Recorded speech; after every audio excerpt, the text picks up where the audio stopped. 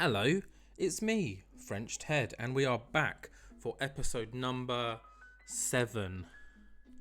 I'm going to question it every time because I'm just doing the math up here. Week 3, so there's 4 weeks in a month. So we're in the second month. 4 plus 3, 7. It's not week 7, episode 7. We'll get there in the end. It's been a long day for me. But we are here, as you can see, or as you would have seen if we wasn't already at the show. Battle of the Belts, not Battle of the Belts. I'm all over the place right now. Double or Nothing. There we go. Breathe. Double or Nothing is fast approaching. So we've got this week, next week, and then Double or Nothing will be its own special episode. Before we jump into any shows of any kind, we do have some sad news, I'd say. Daddy Arse, aka Billy Gunn, has announced that he will be retiring from active competition in 3 months. So we know from previous matches that he's really not that great in the ring anymore. And we tried him in a tag team with the Acclaimed and it didn't really work out too much. So seeing him depart from in-ring competition isn't the end of the world. I mean, he's 59 for Christ's sake. But it might be good to keep him on as some kind of personality, potentially a road agent. Yeah, we'll see. But Billy Gunn, one hell of a career. The fact that he's still a muscular heavyweight, and he's in incredible condition in real life as well. Hats off to you, bro. I'm happy that you've chosen our company to retire at. But yeah, that's the only news to really share. Yeah, that's it. Let's head to the locker room and take a look and see what the backstage incidents are. Oh, we've got quite a few today. Yeah, some of these. Well, we know what the QT Marshall ones are, but let's see what Matt Menard's been up to. He brightened the mood backstage with several funny cartoon drawings. Awesome. Good old Matt. Good old Daddy Magic. QT has been passing on selling to Anna J, psychology to Preston, psychology to Jade, Powerhouse Hobbs and Taz. Taz has been passing on microphone work to Powerhouse Hobbs. Nice. I didn't realise that they were a kind of protege thing. And then Matt Hardy to Isaiah Cassidy, psychology. And Chris Jericho said he thinks that Wheeler Yuta has a bright future and that he'd be willing to put him over. And that expires for 1 match and 2 months. I don't think that's the first person that said that. Let me... promises. Kenny as well. So Kenny and Jericho believe that Wheeler Yuta is potentially someone to push. So that is handy dandy to know. We've got just over a month and just under 2 months for that to happen if we want to use it. Of course, the Young Bucks have offered to put over Top Flight, which we know isn't going to happen in the next 2 weeks or 3 matches because one half of Top Flight, I think, are still out for a year. 11 months and 1 week. Yeah, not happening. Either way, let's head to the venue where we are back in the southeast, and we are at the Ocean Center. So let's just get straight into AEW Dynamite. And here we go. We have got 2 pre-show matches, I think. I might be wrong. Let's find out. And our first pre-show match is Athena and Sky Blue versus Rebel, making her in-ring first appearance for us after being Britt Baker's manager for weeks and weeks and weeks until I cut that out. Rebel and Sawyer wreck. So in a pre-show match that didn't have much heat and terrible wrestling. Oh, Athena and Sky Blue win in 6 minutes with the top rope stunner. Athena, carrying the match with a 58. Sky Blue with a 34. Rebel was off her game with a 25. Yeah, I think post Double or Nothing we're going to have to do a few cuts. 46 rating, that's fine. And then our next pre-show match, which I'm not too sure is the final one. I'm going to assume it is, because I usually do too. Lance Archer defeats Brian Pillman Jr. in 8 minutes with the blackout. Lance Archer again getting a 60-odd rated match, which to some might be like, oh, that's not that much. But I think Adam Cole's averaging around 60. So put that into perspective. But it did help that Archer and Pillman have great chemistry in facing each other, so that's good to know. Do we have another pre-show, or are we opening with our tag team match? We are opening the show with our tag team match. The Butcher and the Blade versus the Hardys. And in a decent match, the Butcher and the Blade defeat the Hardys in 11:42 with a flaming yawn. The Blade with a 57, the Butcher, who's a little bit older, bless him, with a 42, and Jeff and Matt in the 50s.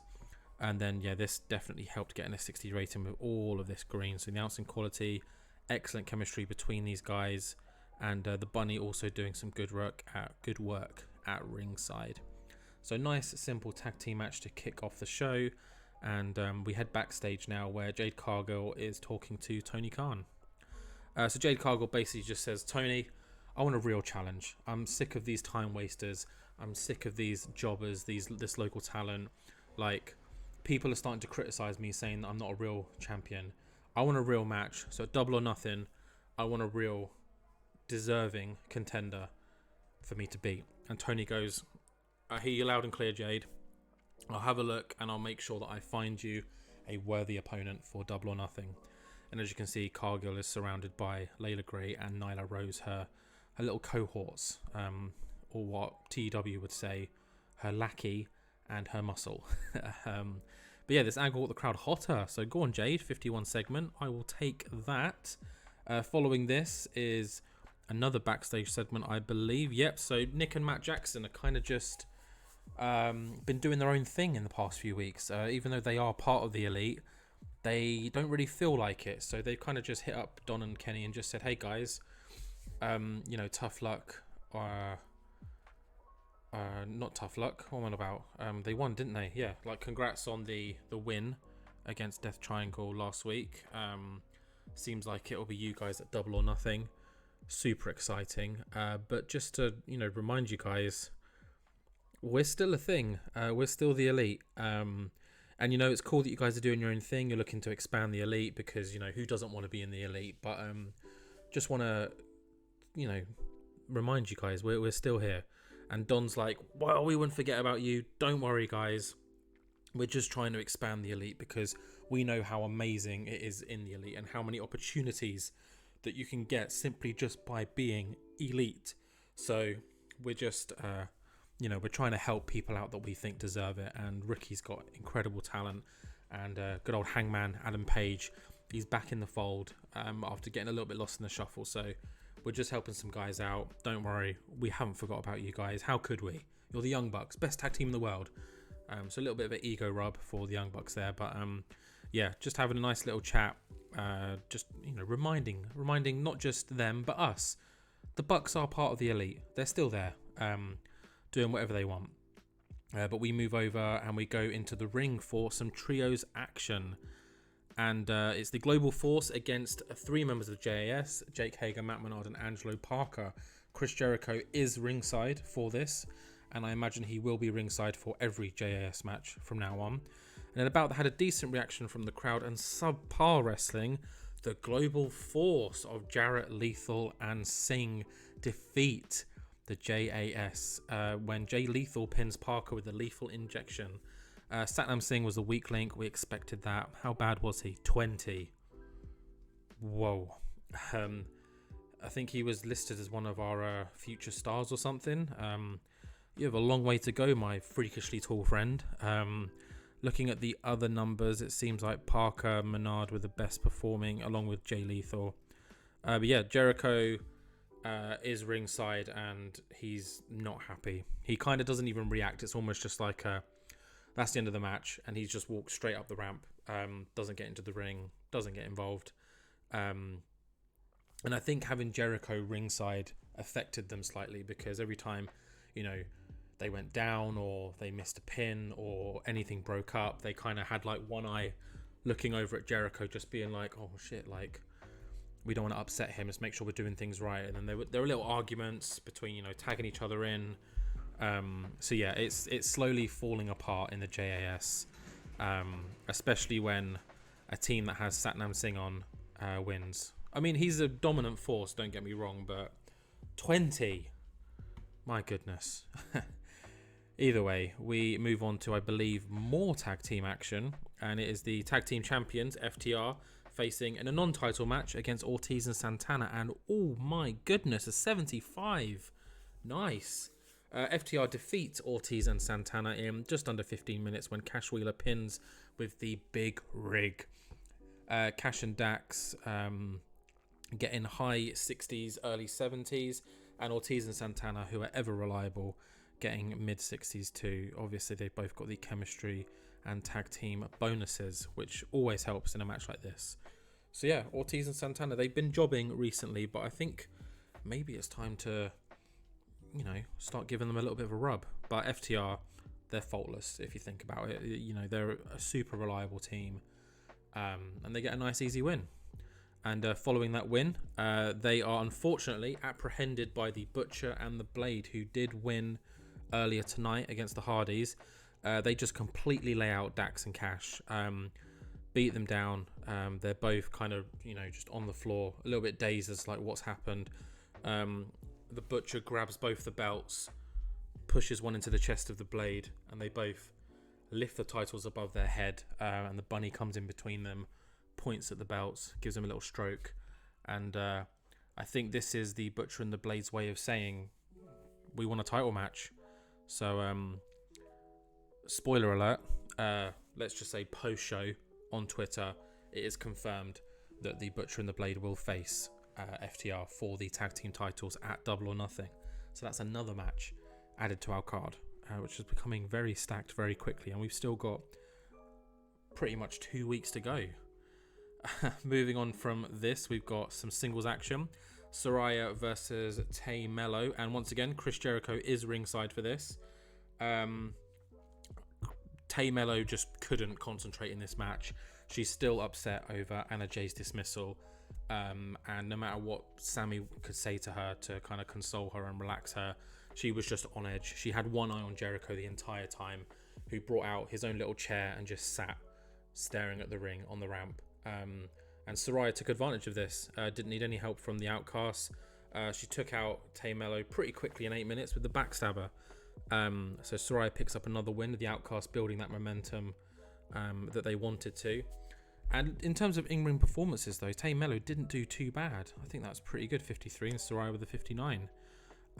Tay Melo kind of post-match chases Jericho up the ramp because Jericho once again just, folds up his chair and is gone, and Tay's just scared, so she sprints after Jericho, to apologize, I assume. And Saraya, left in the ring on her own, decides to grab the mic and just goes, "Hey Jamie, we'll see you and your two friends at Double or Nothing. Challenge accepted. So we'll see you there, baby girl," because that's what Saraya likes to say. So that is another match confirmed. So Jamie will not be defending her Women's World title at Double or Nothing. She will instead be teaming up with Britt Baker and Hikaru Shida versus the Outcasts, and hopefully can put them away once and for all. And the 52 rated segment, nice. We head backstage now, and we've got Sting talking to someone. Let's say Renee. It's always Renee, so why not? And he basically just says, the main event at Double or Nothing is Darby versus MJF. He said, I just want them both to get what they deserve. And the interviewer is like, what do you mean by that? And he's like,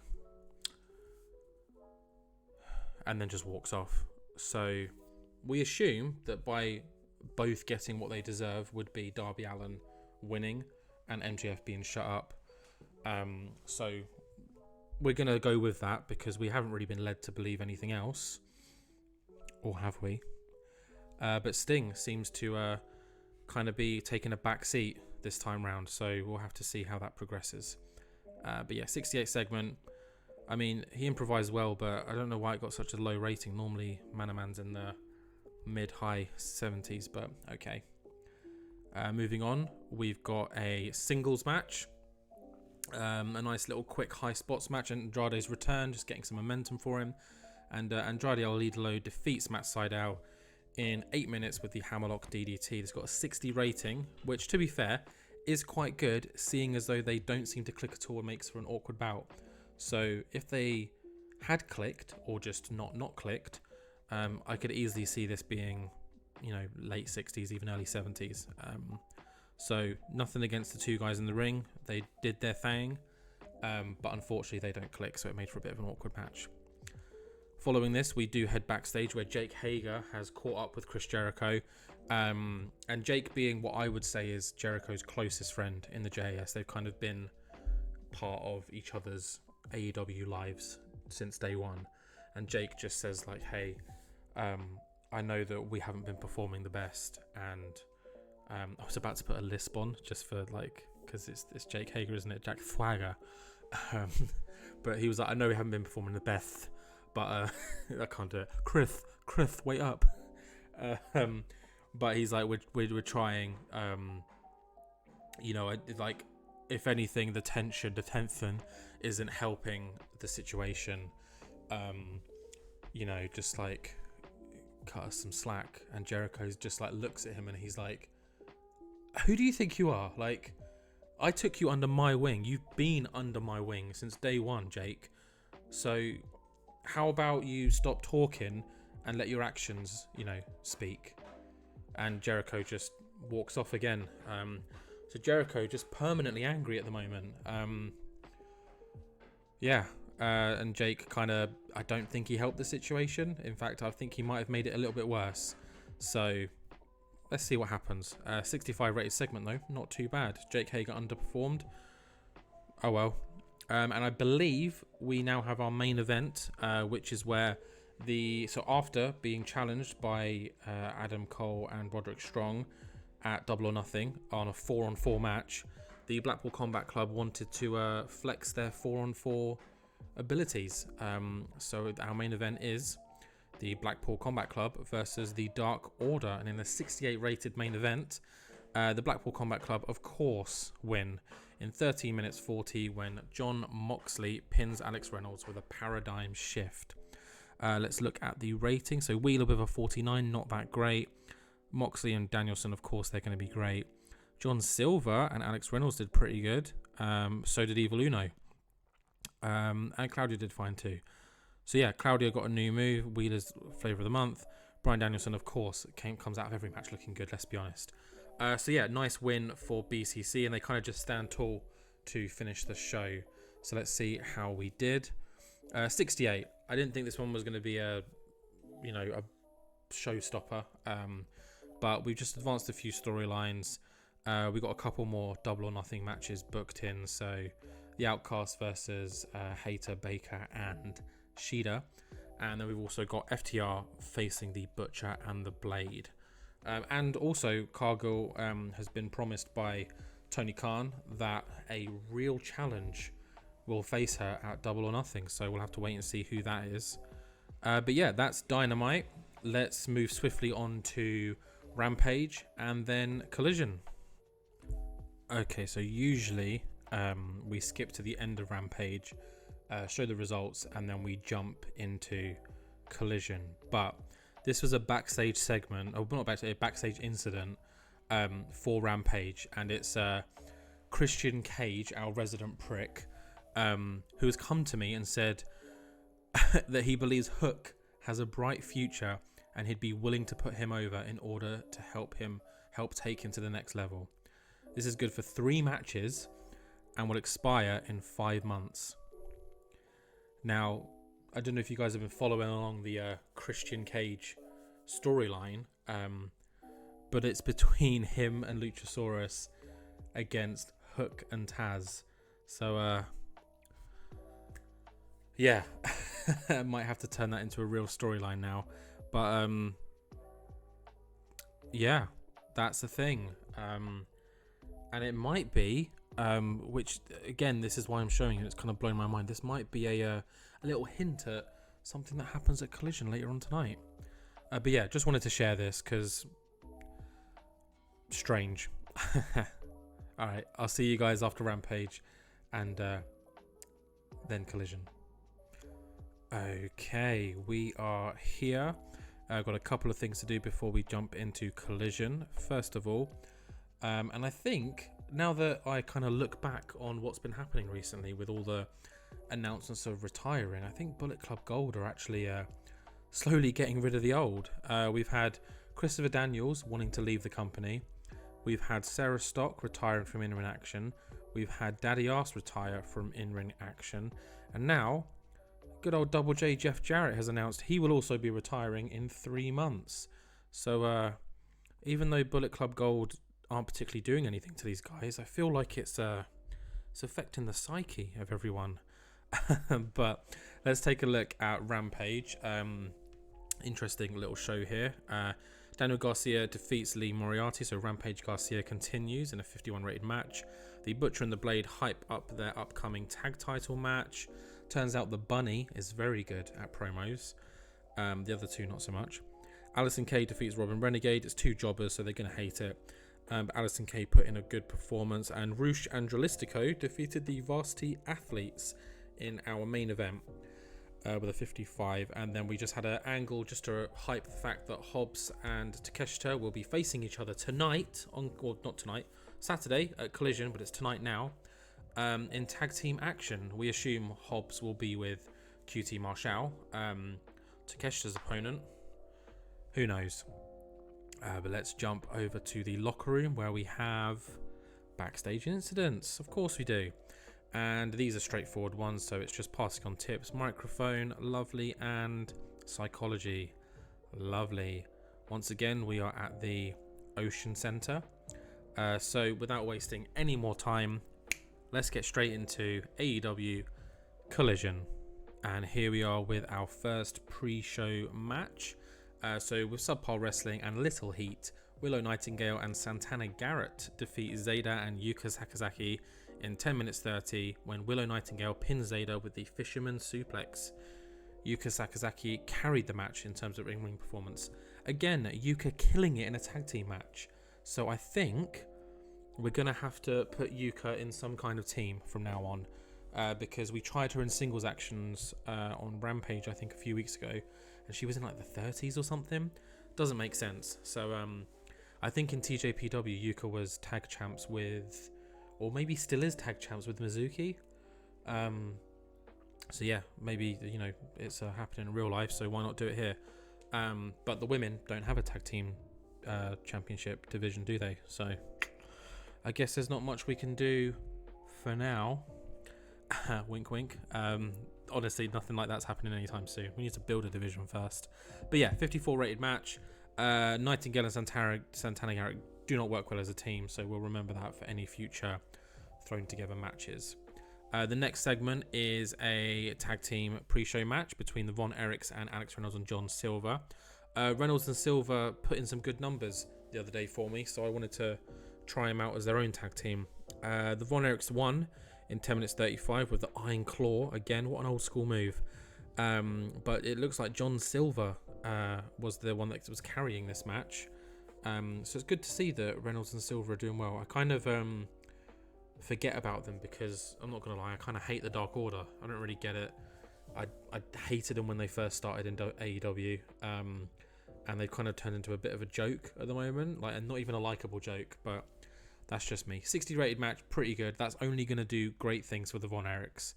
And then I believe we've got one final pre-show match, which is Big Bill just destroying Christopher Daniels. I think Christopher Daniels will be gone in the next week or so. So let's just have Big Bill take him out in 8 minutes with the East River Crossing. 42 and 43, not bad. 46 segment, it's fine. Big Bill, I kind of like him, but at the same time, I don't. I think he's got a good look, but I think that's as far as it goes. So yeah, we'll see what happens with Big Bill. And also, what a stupid name. The final segment in our pre-show is just Renee announcing that Christian has returned and he has demanded a face-to-face with Taz later this evening, which Tony Khan has accepted. So later this evening, we will see Christian and Taz face-to-face in the ring. And let's go straight into our show, which I believe kicks off with the TNT number one contender Konosuke Takeshita facing the current champion Powerhouse Hobbs in tag team action. There we go. And in a decent match, Takeshita and Blake Christian So his finalist opponent that he chose defeat Hobbs and QT Marshall in 14 minutes when Takeshita submits QT Marshall with the wall of Takeshita. Marshall was the weak link, what a surprise, struggling to keep up with everyone else. Blake Christian with a 61. He is getting better every time we see him. Yes. And Takeshita with a 68, which is nice to see. Hobbs with a 53. That's fine. QT Marshall and Harley Cameron are a very poor combination. They do not click at all. Match got the show off to a strong start at a 58 rating. Is Marshall going to ask for her to be removed? No, because he's a professional. But I will probably have to do that. Although Marshall doesn't. No, I don't care. She can say as his manager. We move on to some singles action. Britt Baker wants her own momentum going into Double or Nothing. So in about had a decent reaction from the crowd and subpar wrestling. Britt Baker defeats Paige Van Zandt in 7 minutes by pinfall. Saraya was also on commentary during this match. I don't think there's a way to see that. Is there? No? Match announcers. Yes, Saraya. There we go. So she was just trash talking the whole way through. I'm surprised there wasn't a negative here at all. So maybe Saraya has a future in commentary. 46 rated. That's fine. It did the job. Moving on, we've got women's action coming up again with Athena, and she asks Tony Khan. She just says, "Tony, I was screwed out of my last championship match. I want another shot at Cargill. I want to be the person that you choose at Double or Nothing." Tony says, "Oh, I'm really sorry, Athena, but I've already found an opponent for Jade. But you know what? You were hard done by, so I'll give you a fair chance. Win your match tonight convincingly, and I'll insert you in the match." And Athena goes, "Really? Oh, okay." As if she needed any more incentive. 48 segment, that's fine. And let's see if Athena can get the job done. And in a decent match, Athena defeats Mercedes Martinez in 10 minutes 54 with the top rope stunner in a 55 match. Well done, Athena. She's pulling those numbers out of the bag. Mercedes Martinez as well is no one to shake a stick at. She knows how to put on a good match too. So I guess it's official. Tony Khan honours his word, and he confirms that Cargill will now defend her title in a 3-way match at Double or Nothing. So that'll be Jade Cargill facing Athena and Tony Khan's pick of the bunch, let's say. And obviously Lady Grey and Nyla Rose are there, furious. But I'm sure they'll both have her back in that match. So moving on, we have tag team action, I believe, with Naturally Limitless, Keith Lee and Dustin Rhodes, defeating the Kingdom in 11-11. Make a wish. Is that a thing across the world? I know in the UK 11-11 is kind of like a, oh my god, it's 11-11, make a wish, quick. I don't know. Anyways, Keith Lee pins Mike Bennett with his Spirit Bomb, and Keith Lee carrying the match again. They've all got great chemistry. I mean, the Kingdom are a very reliable tag team to put anyone against. And while they're riding high on this win, Keith Lee, Dustin Rhodes grab the mic. They call out Bullet Club Gold and they say, "Enough is enough. Let's face each other at Double or Nothing, but not in a regular tag team match. We're going to do this tornado style. No tags, no tagging in and out. The 4 of us in the ring at once. Let's do this." And Jay White just, swagger walks onto the ramp and just says, "You just signed your death warrant. We'll see you at Double or Nothing." And then just walks back out, and Juice does like a, "Oh yeah," or something, I don't know. So yeah, 67 rated segment, not bad. So this is another match booked in for Double or Nothing. Keith Lee and Dustin Rhodes versus Bullet Club Gold in a tornado tag match. Oh, that should be exciting. Following this, we've got Jericho just having a word with Sammy before Sammy's match tonight, and just says, "Sammy, Daniel Garcia has been the only ray of light in the JAS recently. And you were once my golden boy, my sex god, less sex gods we were. Do not disappoint me tonight." Very serious words from Chris Jericho, and Sammy's just like, "Yep, don't worry, I got it." 74 rated segment, great. Tay Melo's obviously stood there shit scared. And we move on to our next match, which is Sammy Guevara against the current in form Andrade El Idolo. And in a decent match, Sammy Guevara defeats Andrade El Idolo in 13 minutes 46 by pinfall with a fast roll-up.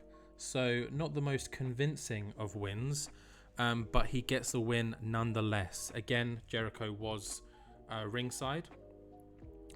Sammy with a 61, Andrade with a 65. 56 rated match, not the best.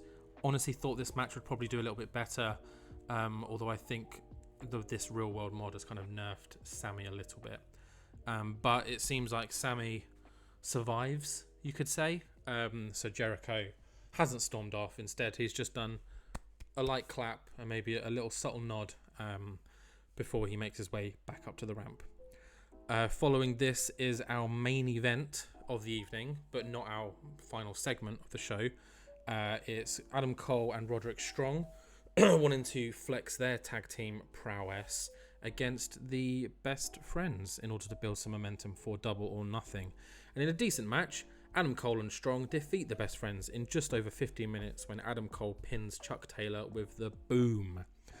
Cole with a 68, that's good to see. Cole with Strong with a 60, which I was hoping he'd be a bit better. And then Trent and Chuck Taylor doing their thing as they always do. 70 rated match though. I think that's Adam Cole's best so far. So he's creeping up there. He's doing the thing. Maybe tag team matches is where he's the best at. We'll see. But yeah, they're building their own momentum ahead of Double or Nothing against the Blackpool Combat Club. We still have no idea who their tag team partners are going to be. So place your bets in the comments down below. And then our final segment of tonight is Christian Cage coming face to face with Taz. And of course, he's not alone. So in our 71, in our final segment, Christian Cage and Taz face off. There's a lot of trash talking going around. Christian Cage, just ripping the life out of Taz and Hook, saying like, you can't bring a title to a company and then just give it to your son. I looked it up. Apparently Hook has a son. And you disrespected titles as a whole, which is why I took it from you and which is why I retired it. And Taz says, this belt is far from retired. I'm holding on to it. And when the time is right, it will be passed down to Hook again.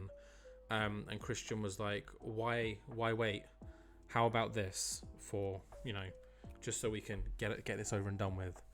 How about I face your son Hook at Double or Nothing in a Falls Count Anywhere match, a hardcore match, a match that you, Taz, pride yourself on back in the day. Prided?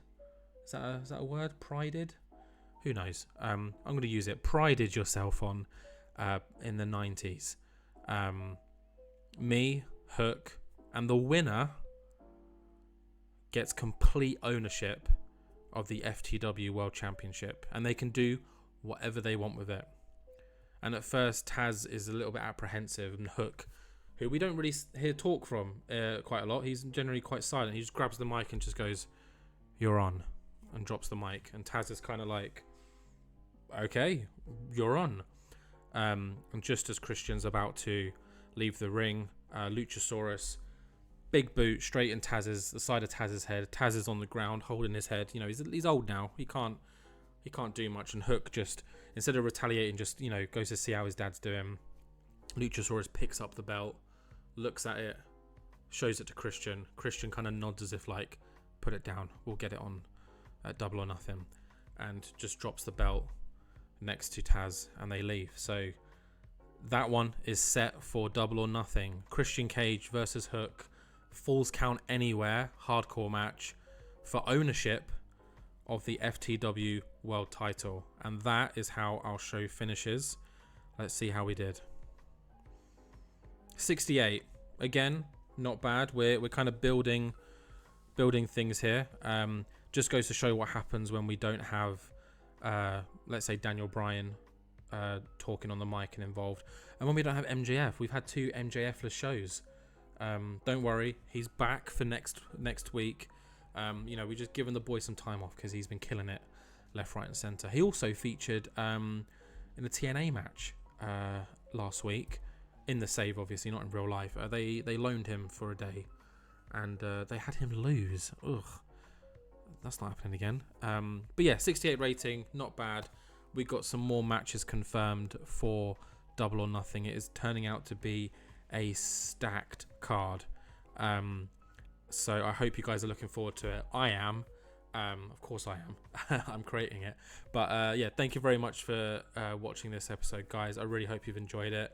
Once again, comments, likes, shares, everything that you can do. I appreciate it. I always reply as well. And yeah, I'll see you guys in the next one. Thank you very much. Bye. Yeah.